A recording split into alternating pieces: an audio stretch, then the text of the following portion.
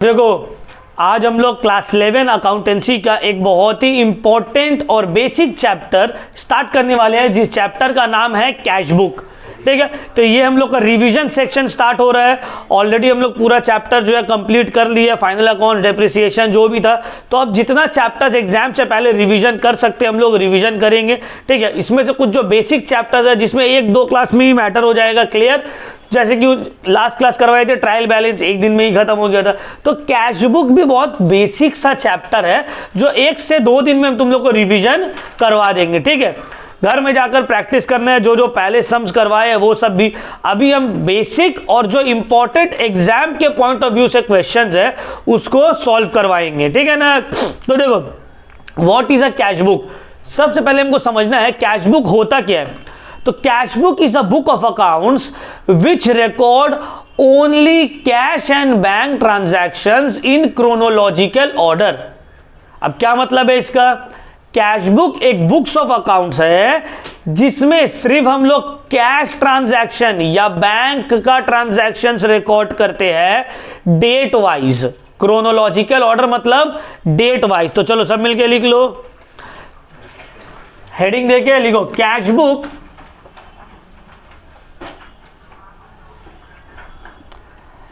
is a book of account in which we record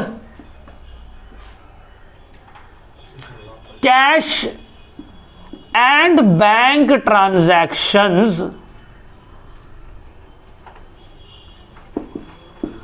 in chronological order।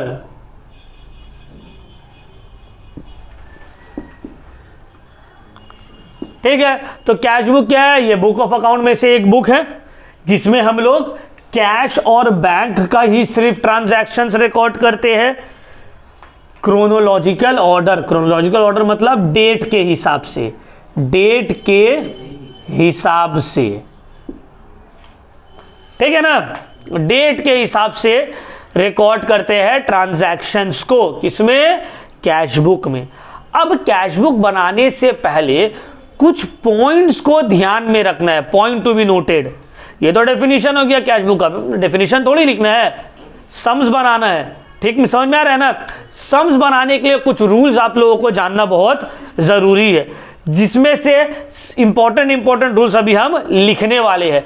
वो सब rules के basis पे ही sums बनेगा, क्लासेस होगा। ठीक है ना। अब ये लिखने के बाद लिखना है important points. Important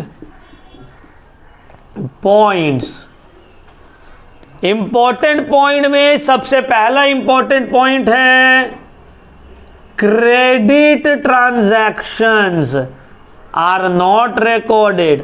credit transactions are not recorded in cash book, शॉर्ट में लिख रहे सीबी। ठीक है, in cash book. Sir credit transaction का मतलब उधारी वाला ट्रांजैक्शन, उधारी। क्रेडिट मतलब उधारी, उधारी में जो ट्रांजैक्शंस हुआ है उसको हम लोग रिकॉर्ड नहीं करते हैं कैश बुक में। एकदम ध्यान में रखना, क्रेडिट ट्रांजैक्शंस को रिकॉर्ड नहीं करते हैं कैश बुक में। कैश बुक में सिर्फ कैश ट्रांजैक्शंस रिकॉर्ड होगा। ठीक है ना। दूसरा point, inflow of cash. Inflow of cash is recorded. हाँ, उधार, इसका मतलब है उधार ही। ठीक है, inflow of cash is recorded on the debit side. Inflow of cash का मतलब है पैसा अगर आया, कैश आया,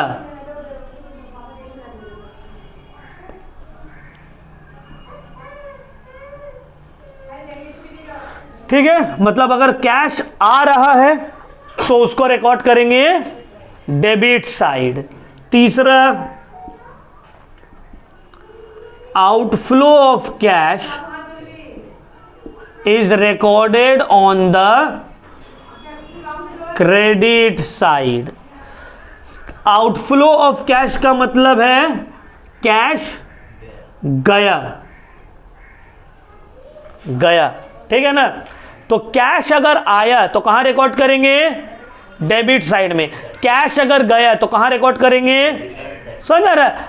कैश ट्रांजैक्शन में क्या होगा? दो ही चीज होगा, या तो कैश आ रहा है या तो कैश जा रहा है। अगर आ रहा है उसको बोलते हैं इनफ्लो ऑफ कैश, कैश आया, डेबिट साइड में कैश बुक का रिकॉर्ड कर देंगे। अगर कैश जा रहा है इसको बोलते हैं कैश गया, तो उसको क्रेडिट साइड में रिकॉर्ड कर देंगे। क्लियर हुआ पॉइंट? समझ में आ रहा है ना रयान? क्लियर? ये 3 पॉइंट एकदम बेसिक है, इसके बिना तो कैश बुक बनेगा ही नहीं। समझ में आ रहा है? तो ये सब क्या एकदम बेसिक है। यहां तक उतार लिए सब। एक बार क्विक रिवीजन दे रहे हैं हम। कैश बुक क्या है? कैश बुक एक बुक ऑफ अकाउंट है जहां पे हम लोग कैश ट्रांजैक्शन और बैंक ट्रांजैक्शंस को रिकॉर्ड करते हैं क्रोनोलॉजिकल ऑर्डर, मतलब डेट वाइज रिकॉर्ड करते हैं। जो पहले हुआ उसको पहले रिकॉर्ड करेंगे, जो बाद में हो उसको बाद में रिकॉर्ड करेंगे। कैश बुक बनाने के लिए हम लोगों को कुछ इंपॉर्टेंट पॉइंट्स को ध्यान में रखना होगा। क्या क्या वो इंपॉर्टेंट पॉइंट है? सबसे बड़ा और पहला इंपॉर्टेंट पॉइंट है कि क्रेडिट ट्रांजैक्शन कैश बुक में रिकॉर्ड नहीं होगा। अगर क्वेश्चन में एक क्रेडिट ट्रांजैक्शन दिया हुआ भी है फिर भी वो कैश बुक में रिकॉर्ड नहीं होगा। क्यों? क्योंकि कैश बुक में सिर्फ कैश ट्रांजैक्शन रिकॉर्ड होते हैं। दूसरा point, inflow of cash debit में रिकॉर्ड करेंगे। इनफ्लो मतलब कैश आना। कैश अगर बिजनेस में आ रहा है, इनफ्लो हो रहा है, अंदर आ रहा है, तो उसको डेबिट साइड में रिकॉर्ड करेंगे। आउटफ्लो ऑफ कैश को क्रेडिट साइड में रिकॉर्ड करेंगे। आउटफ्लो ऑफ कैश का मतलब है बिजनेस से कैश का जाना। तो अगर बिजनेस से कैश जा रहा है तो उसको क्रेडिट साइड में रिकॉर्ड कर देंगे। समझ में आ रहा है? बिजनेस में कैश आ रहा है, इनफ्लो ऑफ कैश कहां रिकॉर्ड होगा? Debit. Outflow of cash, business से कैश जा रहा है तो कहां रिकॉर्ड होगा? क्रेडिट। क्लियर हुआ पॉइंट? ये किसी को कोई डाउट नहीं है? तो चलो अब यहां से आगे निकलते हैं।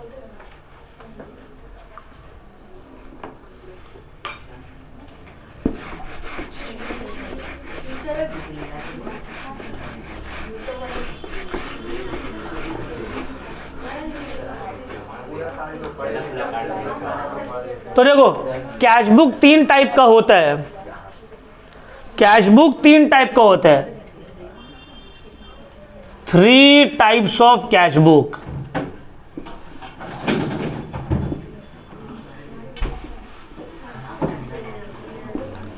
Number 1, single column. इसमें सिर्फ कैश रिकॉर्ड होगा, ठीक है ना? Cash column. दूसरा है डबल कॉलम, जिसमें कैश का और बैंक का 2 कॉलम रहेगा। एक कॉलम रहेगा कैश का, एक कॉलम रहेगा बैंक का। तीसरा है ट्रिपल कॉलम, जिसमें कैश का, बैंक का और डिस्काउंट कॉलम रहेगा। ठीक है ना? समझ में आया आप लोगों को? तो सिंगल कॉलम में सिर्फ कैश का कॉलम नजर आएगा, डबल कॉलम में कैश और बैंक दोनों का कॉलम रहेगा, और ट्रिपल कॉलम में कैश, बैंक एंड डिस्काउंट का कॉलम रहेगा। ठीक है ना? अब हम लोग कौन सा बनाएंगे? क्वेश्चन का अकॉर्डिंगली जो रहेगा वो बनाएंगे। बट क्योंकि हम तुम लोग को ये रिवीजन करवा रहे हैं, समझ में आ रहा है? पूरा तो हम स्टार्टिंग से क्लासेस ऑलरेडी लिए, तो हम तुम लोग को इंपॉर्टेंट भी बता दे रहे हैं। WBCHSE क्लास 11 में ट्रिपल कॉलम कैश बुक नहीं है सिलेबस में, ठीक है ना? WB क्लास 11 जो वेस्ट बंगाल बोर्ड से है उन लोगों को याद रखना है कि ट्रिपल कॉलम आप लोगों के कैश बुक के सिलेबस में नहीं है। बाकी जो CBSE, ICSE वाले लोग हैं उन लोगों का ट्रिपल कॉलम है। ठीक है? अब WB का जो एग्जाम में क्वेश्चन आता है ना, वो डबल कॉलम से ही आता है ज़्यादातर। मतलब 90% डबल कॉलम से अगर लक बहुत खराब रहा तभी सिंगल कॉलम से आता है सिंगल कॉलम का ज़्यादा ईजी, समझ में आ रहा है बात। बट क्वेश्चन जो एग्जाम में आता है WB में तो वो डबल कॉलम से आता है। ICSE CBSE वाले लोग का ज़्यादातर चांसेस है ट्रिपल कॉलम का आने का, कभी कदा डबल कॉलम दे भी देते हैं, ट्रिपल या डबल कॉलम, फर्स्ट कॉलम से सिंगल कॉलम से एग्जाम में नहीं आएगा। तो क्या सर सब अलग अलग है? एकदम अलग अलग है, नहीं नहीं, जिसको सिंगल कॉलम आ गया वो डबल कॉलम और ट्रिपल कॉलम भी कर लेगा, समझ में आ रहा? मतलब तीनों एक दूसरे से इंटर रिलेटेड है। डबल और ट्रिपल कॉलम में तो 10% का ही डिफरेंस है। मेन जो आपको फोकस करके समझना है double column triple column automatically आ जाएगा, समझ में आ रहा है ना बात। करवाएंगे हम तीनों ही, उसका टेंशन नहीं है। आज जो हम लोग करने वाले हैं देखो 2 से 3 क्लास लगेगा, पूरा रिवीजन करवा देंगे हम तुम लोगों को।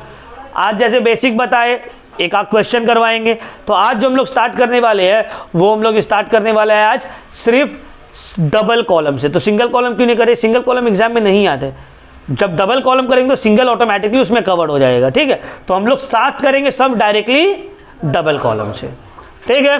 तो चलो फॉर्मेट में आ जाते हैं, किस तरह से फॉर्मेट बनेगा तो उसको देख लेते हैं। क्या हुआ? तो देखो ये है हम लोग का फॉर्मेट डबल कॉलम का। तो फॉर्मेट को एक बार सही से ध्यान से सब देख लो, क्योंकि बहुत कोई लोग जो है फॉर्मेट में भी गलती कर देते हैं। कैशबुक का फॉर्मेट थोड़ा लेंदी है। तो सबसे पहले करना क्या है, कॉपी को टिल्ट करना है। कॉपी को टिल्ट करके घुमाकर पूरा पेज में लाइन ड्रॉ करना है डबल। उसके बाद पेज को बीच से डिवाइड कर देना। देखो यहां से इसको बनाने का तरीका है, पेज को बीच से डिवाइड कर दिए, डिवाइड कर इक्वल हाफ में डिवाइड कर दिए। उसके बाद जो एक साइड बनेगा दूसरा साइड भी वैसे ही बनेगा। तो देखो यहां पे एक पतला सा कॉलम दे दिए डेट का, यहां पे क्योंकि डबल कॉलम है ना तो यहां 2 कॉलम देंगे, 1 2, एक कैश का कॉलम एक बैंक का कॉलम। अगर ट्रिपल कॉलम रहता तो एक और कॉलम दे रहे थे डिस्काउंट वाला। उसके बाद यहाँ 2 पतला पतला लेजर फोलियो का, जैसे जर्नल में लाइन बनाते थे वैसे ही 2 पतला पतला लाइन दिए। एक मेरे को VN लिखा हुआ जिसका नंबर है वाउचर नंबर, जिसका मीनिंग है वाउचर नंबर, और एक LF जो तुम लोग जानते हो लेजर फोलियो। सर ये वाउचर नंबर क्या है? देखो जब तुम कैश का ट्रांजैक्शन करते हो ना, कैश का लेन देन करते हो, तो कैश का लेन देन में तुम्हारे पास एक वाउचर रहता है, वो वाउचर से देख के तुम एंट्री करते हो। जो प्रैक्टिकल अकाउंटिंग करता है, जो अकाउंट्स का काम करता है, अकाउंटेंट है, तो लोग अपने मर्जी से तुम आगे बोलोगे 100 रुपये का नाश्ता किए तो 100 रुपये का थोड़ी लिख देगा कि हाँ 100 रुपये का नाश्ता हुआ। वो तुमको बोलेगा वाउचर दीजिए, तब हम आपको पैसा देंगे। तो वाउचर बनाएगा जिससे पूरा एंट्रीज होगा, ठीक है। तो ये हम लोग के सम्स में उतना काम नहीं आएगा, ये प्रैक्टिकली बहुत ही इसका इंपॉर्टेंस है। तो एक पतला कॉलम वाउचर नंबर का और एक लेजर फोलियो का, ठीक। और ये पर्टिकुलर्स, अब जो यहाँ पे किया वहां पे भी वही करेंगे। डेट, पर्टिकुलर्स, 2 पतला पतला line, ledger folio, voucher number, and then cash and bank. उस तरफ डेबिट, इस तरफ क्रेडिट। जैसे पहले बता दिया था, अगर कैश आ रहा है बिजनेस में तो डेबिट साइड रिकॉर्ड होगा, बिजनेस से जा रहा है तो क्रेडिट साइड रिकॉर्ड होगा, और अगर क्रेडिट ट्रांजैक्शन है तो वो रिकॉर्ड ही नहीं होगा। समझ में आ गया ना बात? तो चलो इसी को हम लोग स्टार्ट करते हैं। अब पहला क्वेश्चन देख लो तुम लोग, नंबर 4। ये WBHS क्लास 11 का 2022 एग्जाम में आया हुआ है। ये जो क्वेश्चन है ये HS 2022 का क्वेश्चन है, बोर्ड्स का क्वेश्चन है, बोर्ड्स में ऑलरेडी ये आया है। तो रीड कर रहे हैं हम, ठीक है ना। Mister Sen is the owner of a shop, prepare a suitable cash book for the month of November 2022। नवंबर 1 में एंट्री दिया हुआ है कैश इन हैंड, उसके बाद कैश एट बैंक, ठीक है। ये क्या है? ये ओपनिंग बैलेंस दिया हुआ है कि कैश का ओपनिंग बैलेंस क्या है और बैंक का ओपनिंग बैलेंस क्या है।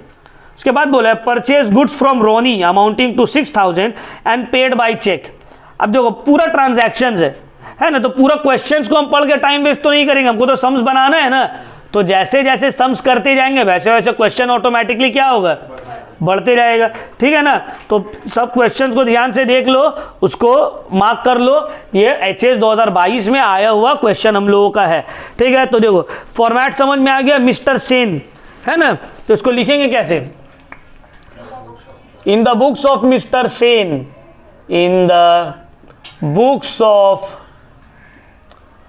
मिस्टर सेन कैश बुक कौन सा कॉलम?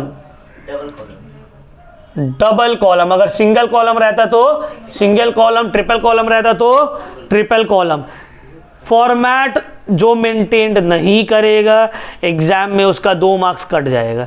भले से फिर तुम सिर्फ डेबिट और क्रेडिट ही क्यों ना लिखना भूल जाओ, अगर आपका फॉर्मेट सही नहीं है तो मार्क्स कटेगा ही कटेगा। और जो अच्छा स्टूडेंट लोग हैं उन लोगों को तो मार्क्स कटता ही फॉर्मेट में, तो सम्स तो बना लिया, उसको तो पता है फॉर्मेट जल्दी जल्दी में नहीं लिखा, मार्क्स कट गया। ठीक है ना, तो फॉर्मेट के ऊपर ध्यान देना है। तुम लोग अभी बेसिक से स्टार्ट करो, 11 में हो, अभी से आदत डालोगे फॉर्मेट का तो फॉर्मेट बनेगा। आदत नहीं डालोगे तो फिर आगे जितना सम्स करेंगे सब में फॉर्मेट क्या हो जाएगा, नहीं बाबू फॉर्मेट में भी मार्क्स है और तुमको मेंटेन करना होगा। ठीक है ना, तो देखो पहला 2022 नवंबर 1 ओपनिंग बैलेंस दिया हुआ है, cash in hand, cash at bank. अब ध्यान से समझना है, ओपनिंग बैलेंस को cash in hand, cash at bank या टू बैलेंस बीडी, ये कहाँ रिकॉर्ड होता है? ये डेबिट साइड रिकॉर्ड होता है। कैश इन हैंड और कैश एट बैंक ये दोनों ही एसेट है ना, और एसेट को ओपनिंग बैलेंस कहाँ होता है? डेबिट में। तो 2022 है तो डेट में लिख दिए 2022, यहां पर भी लिख दिया 2022। अब November 1 to balance BD, to balance BD इसको बोलते हैं ब्रॉट डाउन या ओपनिंग बैलेंस। कैश का 12,000 और बैंक का 27,000 सबसे पहले इसको रिकॉर्ड किए। ठीक है ना, टू बैलेंस बीडी। अब नवंबर 7 में आते हैं। नवंबर 7 में बोला है purchase goods from Ronnie amounting to 6,000 and paid by cheque. अब ध्यान से समझो, यहां पे हम क्या किए हैं? परचेज किए हैं गुड्स, है ना, तो पैसा आया या गया? गया। हम जब सामान परचेज करें तो मेरे पास से पैसा क्या हुआ? गया। क्यों गया? परचेजेस की वजह से गया। कितना गया? 6,000 रुपीज गया। कहां से गया? चेक। चेक का मतलब कहां से गया? बैंक से गया। मतलब क्लियर हो गया? तो मेरे पास से पैसा गया है तो क्रेडिट साइड रिकॉर्ड होगा। ध्यान से, इधर मेरे पास से पैसा गया है, कैश आउटफ्लो है, तो रिकॉर्ड तो क्रेडिट में होगा। किस रीजन की वजह से गया है? परचेजेस की वजह से गया है। कहां से गया है? बैंक से गया है। तो बस हो गया। नवंबर 7 बाय परचेजेस, डेबिट में 2, क्रेडिट में by. By purchases account bank में लिखेंगे 6,000। ठीक है ना, क्लियर हो रहा है ना। और यहां पे नरेशन भी देंगे जहां पे लिखेंगे बीइंग गुड्स परचेज्ड। देखो अगर कुछ नहीं बोलेगा ना तो नरेशन देने होगा। अगर बोल दिया नरेशन नॉट रिक्वायर्ड तो नहीं देंगे। अगर नहीं बोला है तो लिखना होगा। कम से कम 50% का भी लिखेंगे। अगर पूरा का टाइम नहीं भी है तो कम से कम 50% का नरेशन लिख देंगे, आधा का। ठीक है ना, ताकि नहीं लिखने से मार्क्स कट जाएगा। ठीक है ना, क्लियर हुआ। चलो अब दूसरा बोला है sold goods for cash 15,000 and deposited in to bank. बोला है गुड्स क्या किए? सेल किए। तो पैसा आया या गया? आया। तो कहां रिकॉर्ड होगा? डेबिट या क्रेडिट? डेबिट। क्यों आया? सेल किए। कैश आया, लेकिन वो कैश को कहां डिपॉजिट कर दिए? जब इस तरह का देखो, सबसे इंपॉर्टेंट चीज जो कैश बुक में आपको याद रखना है ना, वो है कैश और बैंक का जो आपस का ट्रांजैक्शन रहेगा। मतलब कैश को उठा के बैंक में डिपॉजिट कर दिए, बैंक से पैसा निकाल के कैश में रख लिए, इसको आपको ध्यान से समझना है। इसको हम लोग बोलते हैं कॉन्ट्रा एंट्री। जब कैश डिपॉजिटेड इनटू बैंक होता है मतलब बिजनेस का कैश को बैंक में डिपॉजिट कर दिए, या फिर बैंक अकाउंट से, बिजनेस का बैंक अकाउंट से बिजनेस के काम के लिए कैश निकाल रहे, तो कैश को बैंक में डिपॉजिट करना और बैंक से कैश को विड्रॉ करना, इसको बोलते हैं कॉन्ट्रा एंट्री। स्टूडेंट कंफ्यूजन यही होगा, तो उसको ध्यान से समझना है। इसका कुछ रूल है जो हम बताएंगे अभी। ठीक है ना, तो ये तो कॉन्ट्रा एंट्री नहीं हुआ। देखो जब तुमको पैसा सेल किए, पैसा मिला और उसी दिन अगर तुम बैंक में डिपॉजिट कर दे रहे हो ना, तो तुम कॉन्ट्रा एंट्री मत करना, तुम डायरेक्टली अमाउंट को बैंक में रिकॉर्ड कर दो। सेल किए कितना का? 15,000 का, कैश में किए, लेकिन कैश को उसी दिन में क्या किए? बैंक में जाके डिपॉजिट कर दिए। तो कैसे करके इसको रिकॉर्ड करेंगे? देखो यहाँ पे डेट क्या है, नवंबर 13 तारीख, टू सेल्स अकाउंट, अमाउंट कितना है 15,000। तो 15,000 कहां? डायरेक्टली बैंक में, कैश में नहीं, डायरेक्टली बैंक में। कैश में क्यों नहीं किए? क्योंकि इसी दिन बेचे और इसी दिन क्या किए, बैंक में डिपॉजिट कर दिए। तो 13 तारीख को टू सेल्स डायरेक्टली बैंक में लिख देंगे, नरेशन में बीइंग गुड्स सोल्ड। क्लियर हुआ पॉइंट? समझ में आया? इसको क्यों सर कैश में बेचे तो कैश में नहीं रिकॉर्ड किए, क्यों? अगर तुम कैश में रिकॉर्ड करोगे तो फिर तो तुम बैंक में उसको डिपॉजिट कर रहे हो, तो कॉन्ट्रा एंट्री करने पड़ेगा। जब उसी दिन का एंट्री है, उसी दिन कैश मिल रहा है और बैंक में भी उसी दिन डाल रहे, तो डायरेक्टली बैंक में ही लिख देंगे। ठीक है ना? चलो next, receive 2 cheque for sale of goods from mister X 7,400, from mister Y 5,000। बहुत बहुत इंपॉर्टेंट, ठीक है, बहुत इंपॉर्टेंट, समझ लो। जब तुमको चेक मिलता है किसी से, ये पॉइंट्स को एकदम नोट डाउन कर लेना है ध्यान से। जब आपको किसी से चेक मिला, जब आपको किसी से चेक मिला तो आप उसको क्या करिएगा? कैश में लिखिएगा या बैंक में लिखिएगा, क्या करिएगा? इसके लिए आपको 2-3 रूल याद रखना होगा। सबसे पहला रूल, आपको ये देखना है आपको जिससे चेक मिला है, ध्यान से समझ लीजिए बात को, आपको जिससे चेक मिला है, मिस्टर एक्स से, मिस्टर वाई से, जिससे भी, उस चेक के बारे में आगे कुछ बोल रहा है क्या क्वेश्चन में? अगर आपको मान लीजिए एक्स से चेक मिला है, मिस्टर एक्स से आपको चेक मिला है 1 तारीख को, 1 जनवरी 2024 को, ठीक है, और आगे 2-3 लाइन के बाद बोला है मिस्टर एक्स का जो चेक था ना, आपको 1 जनवरी को मिला, और यहां पे बोला है 10 जनवरी को कि मिस्टर एक्स का जो चेक है ये आप बैंक में डिपॉजिट कर दे रहे हैं। मिस्टर एक्स का चेक को डिपॉजिट कर रहे हैं बैंक में। समझ लीजिए बात को।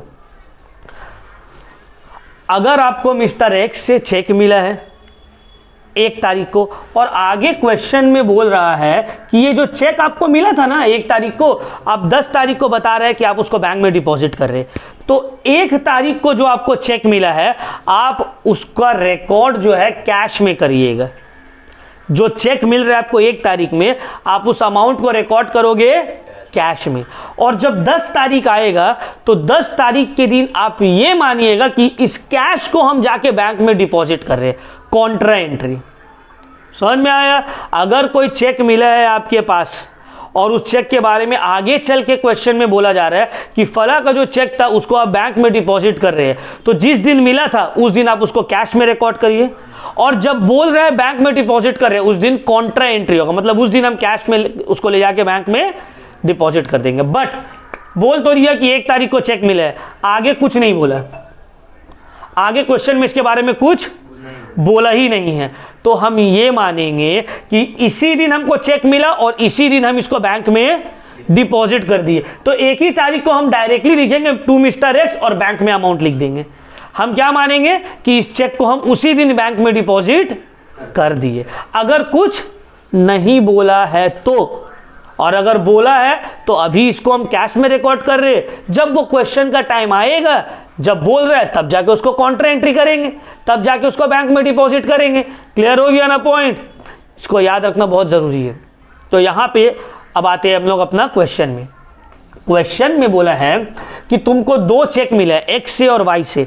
एक्स का चेक है 7,400 का, वाई का है 5,000 का। तो अब हम क्या देखेंगे आगे इस चेक के बारे में क्या बोला है क्वेश्चन में। क्वेश्चन में पढ़ो तो बोला है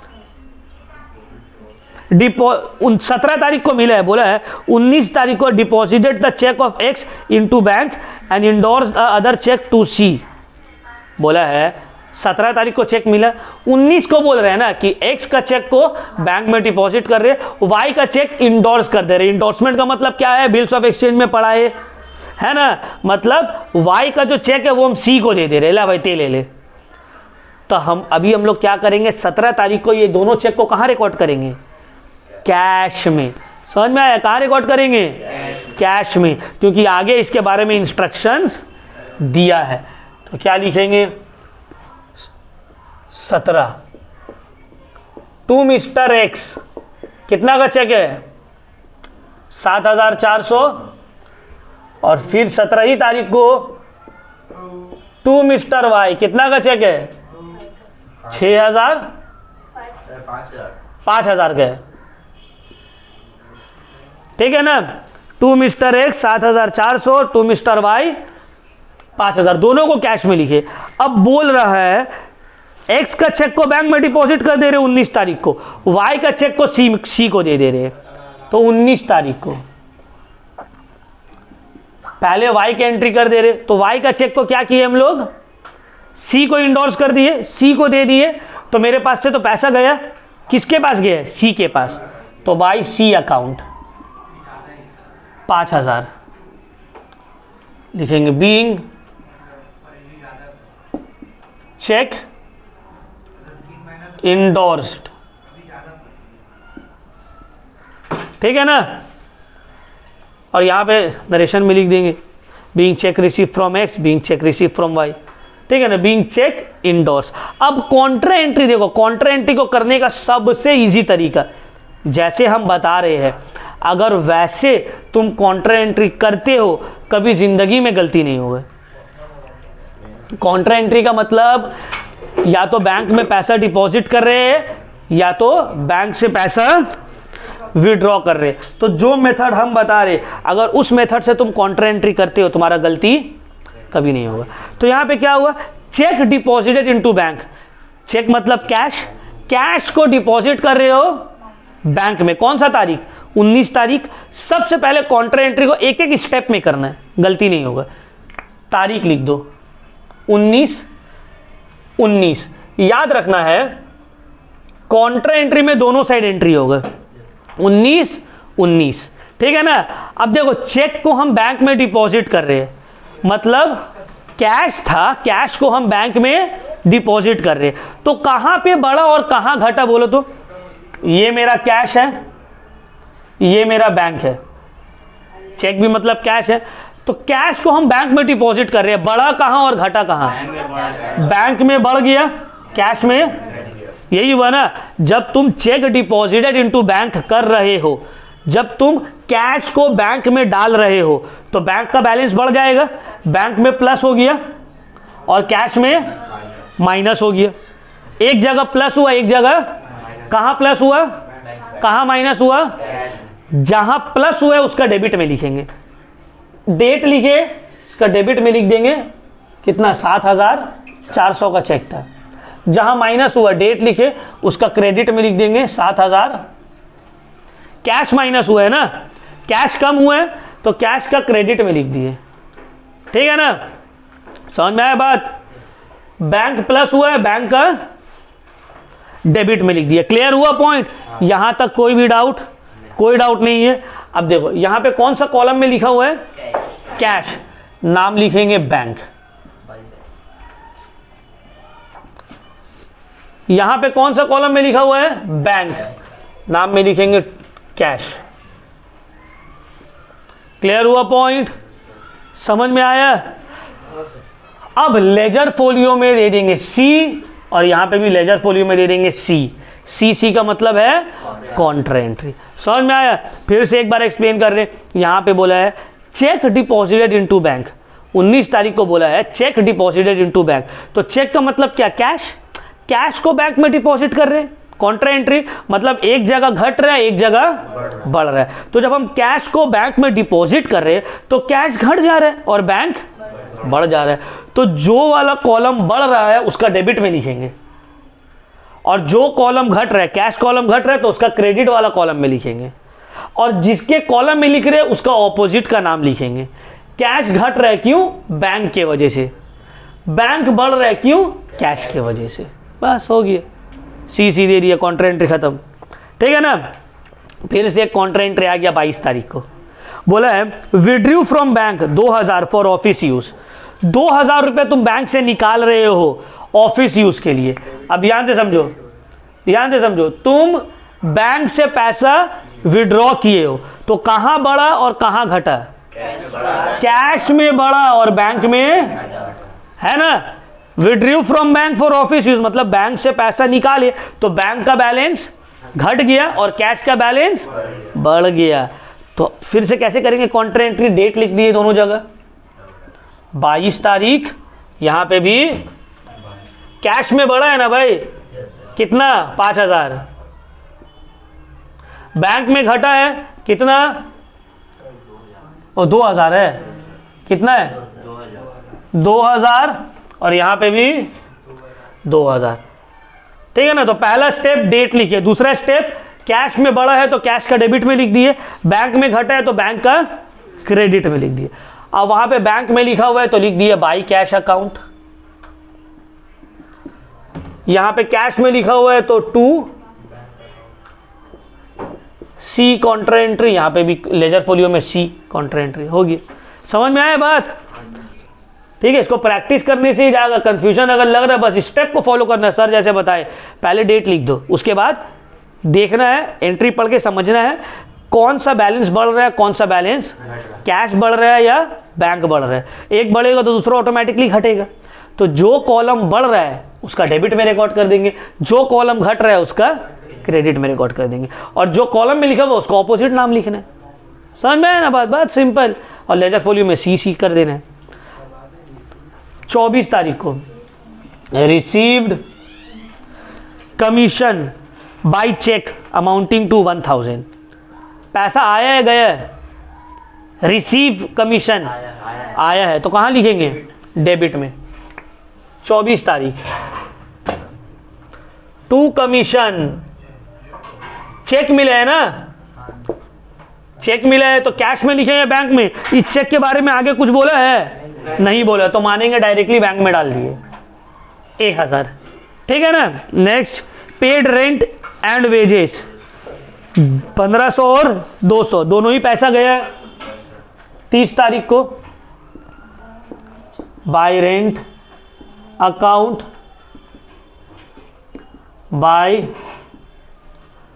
वेजेस अकाउंट, दोनों ही कहां से गया? कैश से गया है, चेक से गया है?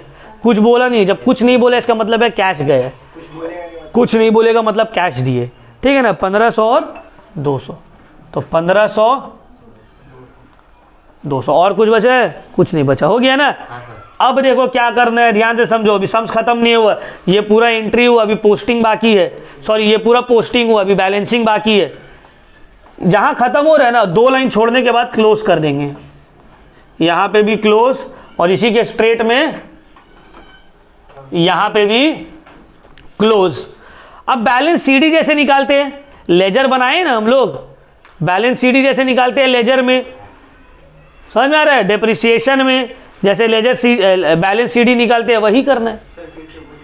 बैलेंस सीडी निकालना है मतलब देखो डेबिट का कैश में हमेशा डेबिट का टोटल ही बड़ा रहेगा। तो डेबिट का पूरा टोटल करेंगे 12000, टोटल करो 12000 प्लस 7400 प्लस 5000 प्लस 2000, कितना आ रहा है? 26,400। कितना? 26,400। 24,400 अच्छा ठीक है, कितना आ रहा है? 26,000 लिख दिए, 26,400। यही साइड बड़ा होगा तो इसको दोनों तरफ लिख दिए।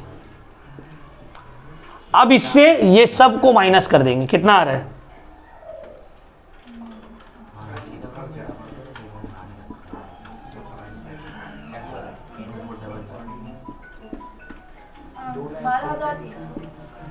बारह हजार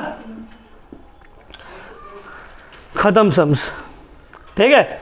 मतलब डेबिट का टोटल को ऐड किए कैश का 26,400 दोनों साइड पुट कर दिए, और फिर डेबिट क्रेडिट में जो भी था सबको माइनस किए, बचा 12,300 बैलेंसिंग फिगर, ठीक है ना। अब उसी तरह बैंक, देखो बैंक का डेबिट भी बड़ा हो सकता है, क्रेडिट भी बड़ा हो सकता है, तो देख लेंगे। बैलेंस शीट यहाँ पे भी आ सकता है, यहाँ पे भी आ सकता है, बट यहाँ देख के तो पता चल रहा है जब 27,000 वाला अमाउंट है तो इसी साइड बड़ा है। तो डेबिट का टोटल करो 27,500, 15,000, 7,400, 1,000, सबको प्लस किए तो कितना आया 50,900।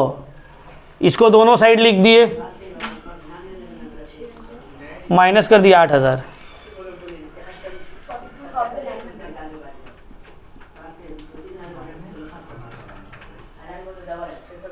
ठीक है, क्लियर हुआ? 42,900 बैलेंसिंग फिगर है। बैलेंसिंग फिगर मतलब नहीं समझ रहे?